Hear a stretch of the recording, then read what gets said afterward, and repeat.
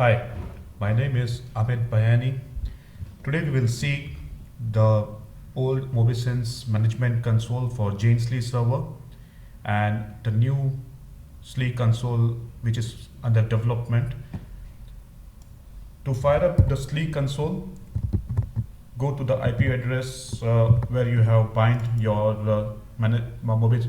TelScale JSLEE server colon 8080 and SLEE hyphen management hyphen console, right? And you get the management console on your browser. The very first option, the console is divided into three sections. The first is the left section of menu, the body, depending upon what menu you select on the left menu items, and the bottom is for console log, which can be cleared as an on requirement. The very first option is for JSLEE, so you can stop the container or you can start the container once it's stopped, or you can shut it down. It also shows you the version of JSLEE server that you are running currently and the status. So for example, it's currently running. The next option is deployable units. This shows all the deployable units currently deployed on JSLEE server.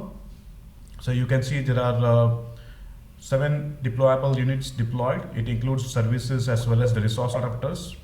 You can uninstall the existing resource adapters or services, but before that you have to deactivate the service. We'll see that those in the services and resources option. You can also search for some deployable units and you can install the new deployable unit directly from the console. One of the options is you put this deployable unit jar in the MobiSense SLEE deploy folder, or you can use the management console to deploy it. So you just go choose file, go to the deployable unit. For example, I will go to the SMSC deployable unit. The TelScale SMSC is basically nothing but SBBs and services built on JSLEE server.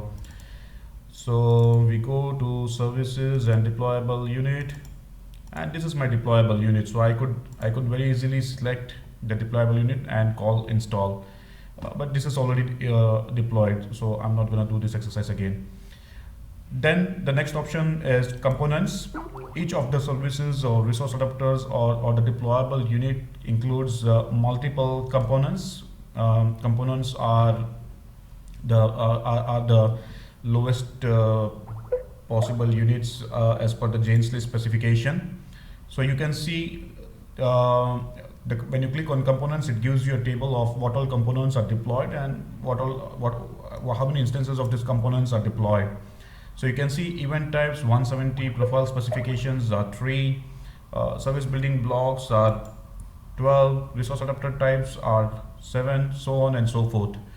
You can also search for certain component by providing the component ID, vendor, version. So let's go back to browsing the component. Each of these component types are links. You can click on those component type and get more details about what exactly that component is. So in case of events, it shows you the event type name, vendor and version. So you can see all the events that are being deployed currently under existing JSLEE server. And again, each of this component is clickable. So I can click on this and get more detail, like this event comes from which jar file. So for example, it comes from the map resource adapter and which deployable unit. So this array is within this deployable unit, and if it refers to any library, and also the event class name. Now this is very important if you are creating a service building block and you want to listen for this event type. In your service building block jar file, you can simply add the name, vendor and version in your service building block jar XML file, and inside your SBB Java class file, you can add that you are listening for this particular event Java, which is basically a Java file, right? So everything is capable of drill down. You can go to the lowest level, and you know, like, you can go back to the deployable unit, and this deployable unit map du, which is basically nothing but a resource adapter. So you can see what all it includes. It includes event type and resource adapter ID and resource adapter type, library. So everything is capable of going, you know, digging deeper as a drill down. Let's go back to the component types. The other is profile specification. So as the name suggests, you can see the profiles that are currently deployed, and by clicking on each of these profiles, you can see they are included in which deployable unit, so on and so forth. The same is for service building blocks. So you can go to you can click on service building block and see the names of the service building blocks that are currently deployed in JSLEE server. Click on any of the service building block and it will give you the name of the deployable unit within which this service building block is packaged, and it also gives you the events that it's currently listening. So these are the events it's listening. If it has created any resource adapter entities within SBB jar.xml, it will also give you that, and the resource adapter types that it is listening. The beauty here is you can also view the associated contexts. So when the service is active, when there are events getting fired and the service building block is attached to the activity context, you can go to the SBB and view the corresponding activity context where this SBB is attached, right? Let's go back to the SBB to the components, and then of course resource adapter types. So it will give you all the resource adapter types currently deployed. As you can see, there's SEEP, SMPP, map, diameter, diameter arrow, and diameter base, and couple of proprietary resource adapters that are developed specifically for JSLEE for TelScale SMSA server. You can click on any of this resource adapter type, and it will list all the events that this resource adapter type is capable of firing. It also gives you the name of the deployable unit within which this resource adapter type is packaged, and also the library reference if it has any. So in this case, SEEP doesn't have any references to the library, so it doesn't list it here. And all the links are again clickable. You can click on these links and get more details. Let's go back to the components, and then resource adapters. So each of these resource adapters are implementation of the resource adapter type. Let's go to the map resource adapter. It gives you the deployable unit within which this map resource adapter is packaged, library reference if it has any, and of course this resource adapter implements this resource adapter type. So you can also have a look at the resource adapter type by clicking on the link, and gives some more details whether active configuration is supported or not. This is specific to resource adapter. It depends on how you implemented the resource adapter. Okay, so let's go back, and then services, right? A service is made up of multiple service building blocks. So let's say we want to look into the mobile terminated service. So mobile terminated service is it lists the root service building block, which in this case is SRI SBB, and again the deployable unit within which it is packaged. Fair enough. Let's go to the libraries, and it lists all the libraries. You can click on the library, and it will show you all the jar files that are included, and the deployable unit within which this library jar is packaged. So those are the components. Gives you a comprehensive view of all the components that are currently deployed. Once you go to the services, it lists all the services. Of course, the services were also listed in the components, right? So those are the same thing, but in services option, it gives you an flexibility to deactivate the service or activate if it's already deactivated. It also gives you an option to view the usage parameter for these services. So let's go and look at mobile terminated services. Now it gives a little bit of more details compared to the options we saw in components option. So it gives you the root SBB name, but it also gives you all the SBBs that are included in this service, right? So though SRI SBB is a root SBB, but it also makes use of mobile terminated SBB and RSDS SBB. Okay, And you can also click on each of these SBBs to get further details, like what all events this SBBs are listening, what all array entity links it has created, and the resource adapters, and if it refers to any child SBB. So in case of SRI, it refers to 2 child SBBs. Okay.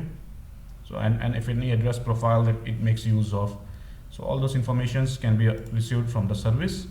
Let's try to deactivate. So you can deactivate service, right? And you can see that icon gets changed and the service is deactivated.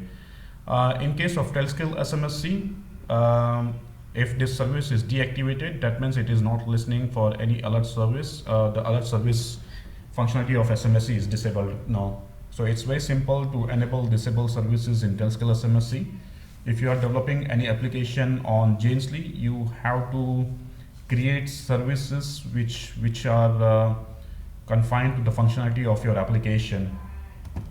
Let me activate this service again, and that's it. You can see on the management console log, if there is any error, it will show here. Otherwise, it will give you the information if operations you are trying to execute are successful or failed, right? And usage parameters. So you can create usage parameters dynamically using this option, or you can view the existing usage parameters. But you can see that alert SBB has no usage parameters defined. I think we don't have any usage parameter for any of these services, so you won't get anything over here. Okay. Let's go to the resources. Now it shows you all the resource adapters that are currently deployed.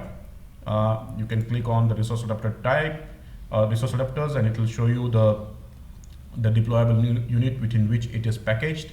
At the same time, it will also show you the entities that are currently active for that resource adapter. According to the JSLEE specification, for every resource adapter, you have to create an entity and bind it with some name. So in our case, we have created entity map array. Okay. And once you click on this, it will show you all the configuration properties of resource adapter, right? Like timeout and map JNDI name. You can edit the values and you can save it, right? So all these properties of resource adapter gets changed dynamically, and you can have a new values for these properties, right? You can also unbind the resource, the entities. You can unbind the entity link for the resource adapter, and you can also create a new bind. You can also view the associated activity context, but there is no active events getting fired, so we don't see it right now. You can create new entities over here. Once you create new entity, maybe let's call map RA1. Okay, it says the map JNDI value is null. It requires some map JNDI value, so that it's failing. This is internal to map resource adapter. Depending upon the resource adapter you create, few of the properties can be configured at runtime. Few of the properties are required to be present even before the map array entity can be created. So in this case, map resource adapter requires this entity value to be present, and hence you get this error, which is fair enough. Okay, now the best part is you can deactivate and remove the resource adapter. Now if you deactivate it, for example, if I deactivate here, it will not be deactivated because there are services listening for this bound to this entity. So first I have to disable the services, and then I have to disable the map resource adapter. But the point is you can control all those things from the management console. And of course the usage parameters, but again none of the resource adapters currently makes use of usage parameters, so you get this error that there is no usage parameter interface defined. But if you have created any resource adapter that makes use of JSLEE usage parameters as per the specification, you can view all the parameters values over here. Next is activities. This is one of the very important piece if you are developing JSLEE application. Very often we have observed that developers doesn't understand SLEE concepts very well, and there are activities leaking. And obviously after in the development, these things doesn't come up, because in development time you shut down server every now and then. But once you reach production, you will see that server gives you out of memory error, or it shuts down the JVM shuts after a few hours because there is not enough memory left because activity is getting late. So when you're doing the development, it's always better to do the load test of your application and constantly monitor the activities. Once the load test is complete, the number of activities should reach back to the initial value. So these are all service activities, which are activities for each of the services deployed. There will be as many service activities as many services deployed, and there is currently no load, so you don't see any other activity, right? You can click on this activity and you can see the details about this, the last access time, last access timestamp, the activity class, and all other details. Okay. And finally, the alarms. So if there is any alarm raised by any of your component, be it SBB, be it services, be it your resource adapter, those alarms will be listed over here, right? So this is a very generic introduction about the management console, the SLEE management console. We are actively developing a new management console which is based on Ajax. So you can go to the IP address where your TelScale JSLEE instance is bound, and Mobisyn SLEE Management Redux. This is the context name for the new console. It's all based on Ajax. It has many more features compared to the old version.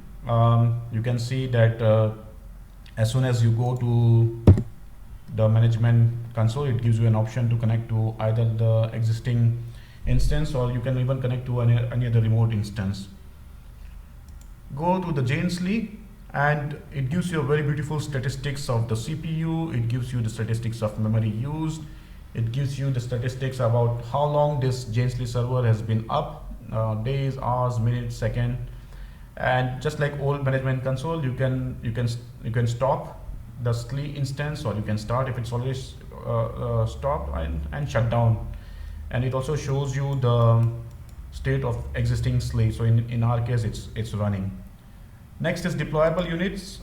It's not listing here right now. We, as I told you, we are under active development for this. It will be available in next release of TelScale JSLEE server. It will list all the deployable units, just like how old management console did, and give you more details. Next is components. So it lists all the components, just like old SLEE. You can search for components from, this text box. Also, you can search specific components like resource adapter type. You click on it and it will give you all the resource adapter types that are currently deployed. Services, libraries, all the components that are currently deployed in SLEE can be visited from components section. The next is services. So as you can see, it will list all the services deployed currently on JSLEE server. It gives a very nice option about filtering, like you want to look into only inactive or stopping services. Absolutely, there are no services as of today which are inactive or stopping. All of them are active. So you can, if you have a very big list of services, this tools becomes handy.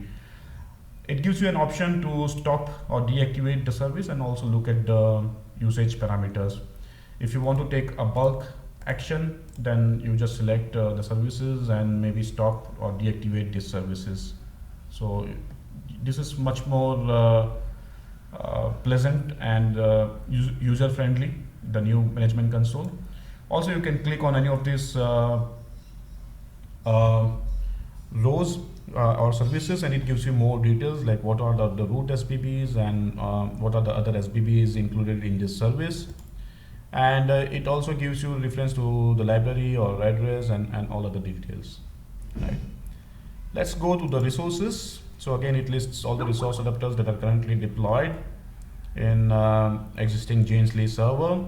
And you can take the action of creating new entity, right? Or you can look into existing entity and the properties of your resource adapter, like map GNDI or timeout properties, right? You can bind entity or unbind. All those actions that were possible in old console, you can do it in the new console as well. And of course, you can view the usage parameters.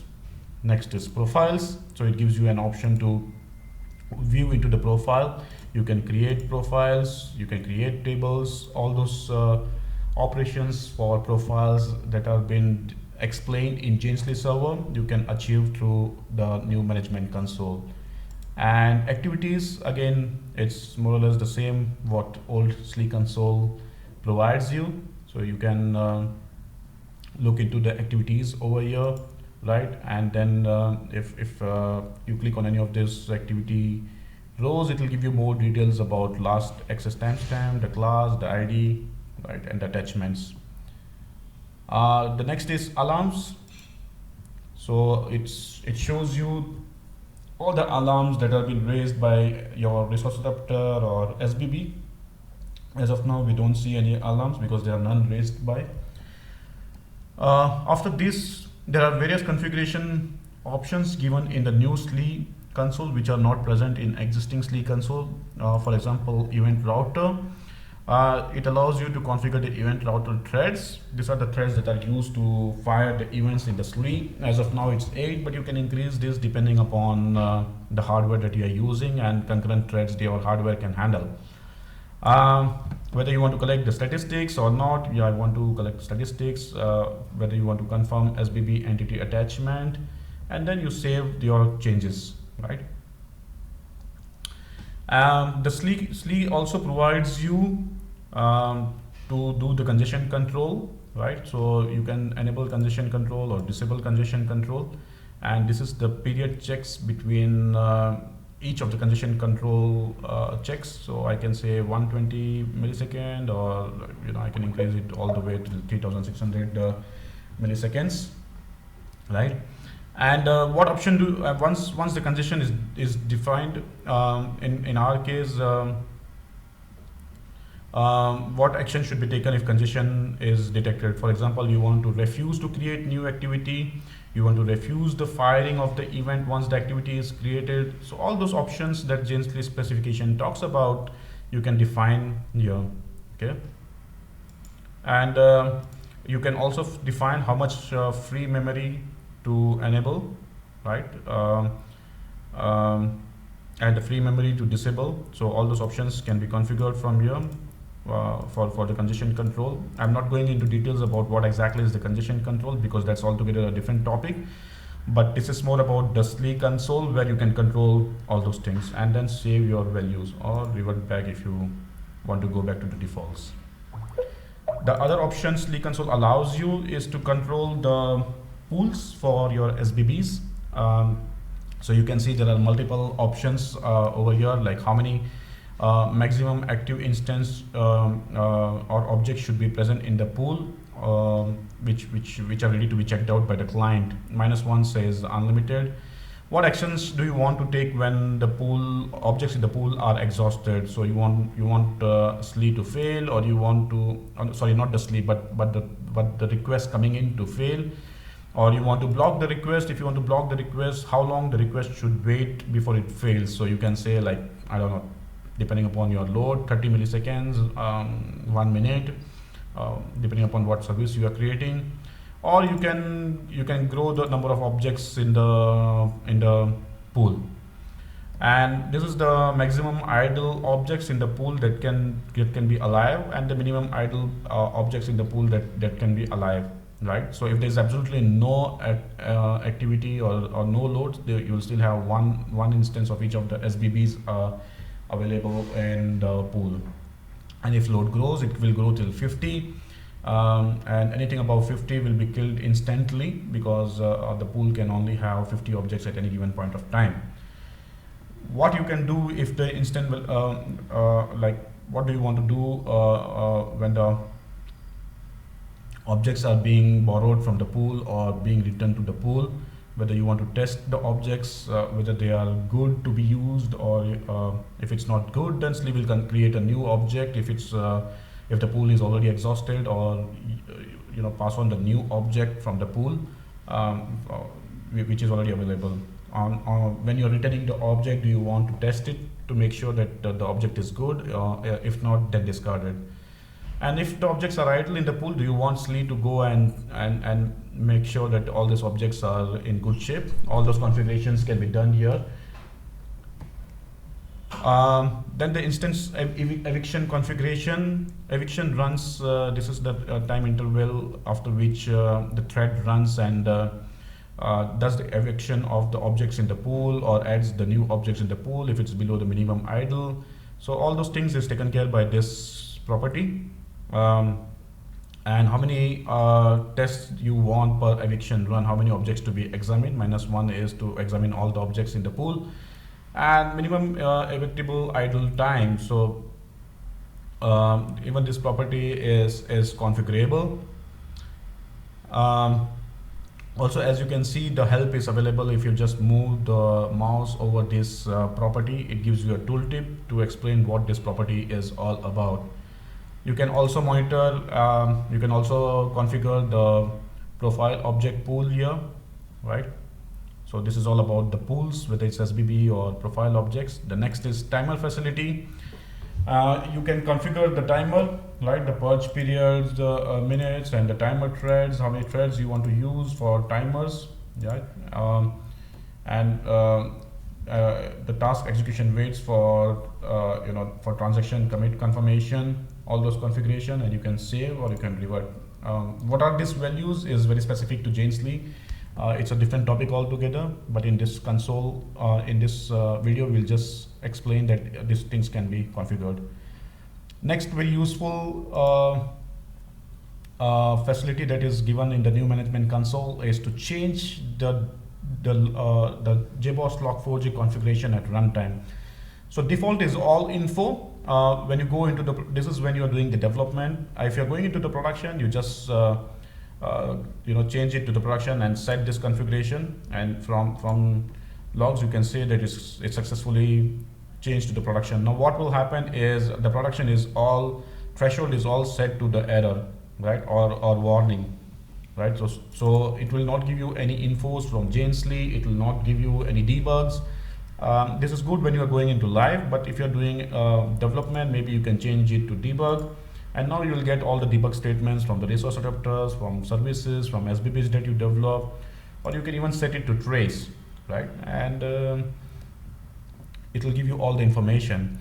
The other useful information is it only talks about the categories that we already have. But let's say you develop some category, maybe you created your own SBB, so or your own packages, so com my company, and you can set it trace and save these changes. So now this becomes part of your logging configuration, and it's all changed at runtime. You don't have to restart the server, you don't have to make any changes in your log4j file. Everything is here. Another useful feature is monitoring. It gives you a very beautiful matrix about average event routing time. As of now, there is no load, so you don't see any values here. It gives you the how much memory is used, heap memory, what is the system load on an average, how many threads are currently being used. So it will give you a holistic picture of your JSLEE health during runtime and production, or also when you're doing the load test, right? Advanced metrics is not enabled as of now. We will enable this very soon. And then next is the event router statistics. There are 6 threads that are used for event router. So it can give you all the statistics about each of these executed threads, like how many activities are mapped, how many tasks are executed, the idle time, this thread is idle for how long, how much time it takes for routing an event. So it takes this nanoseconds. Very useful when you're doing the load testing and you're trying to understand the performance of your application. That's it. So this is about the SLEE consoles, the old SLEE console as well as the new SLEE console that will be available very soon. You can see that the CPU usage is just 1% because everything is idle. Feel free to contact us at info@telestex.com if you have more queries about TelScale JSLEE server or TelScale SLEE console. Thank you.